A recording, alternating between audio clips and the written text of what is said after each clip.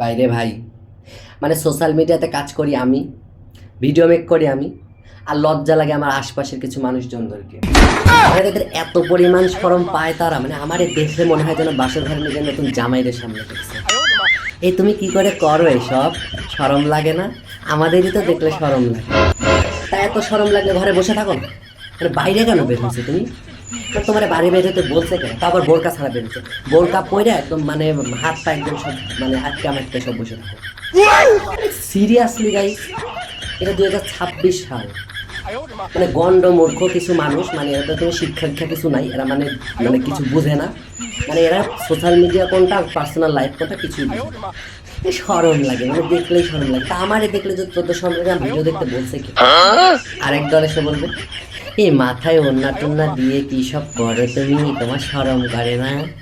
এ ভাই না, মানে আমি তো কন্টেন্ট বানাই রে ভাই, কেন বোঝো না তোমরা?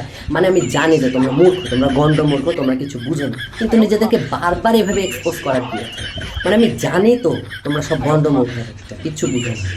আর এইসব গন্ড মূর্খ মানুষগুলো মানে নিজেরা তো জীবনে কোনো কিছু করবেই না, আবার অন্য কেউ কিছু করতে গেলে সেটা দেখলে এদের এমন চুলকানি উঠে যায় ভাই রে ভাই, মনে হয় যেন চুলকাইতে চুলকাইতে পরে শরীরে ছাল বাকলা তুলে লাগে। ফালতু মানুষ। এই শোনো, তোমাদের যে চুলকানির মলম লাগে আমার বই কিনা দিবি, হ্যাঁ?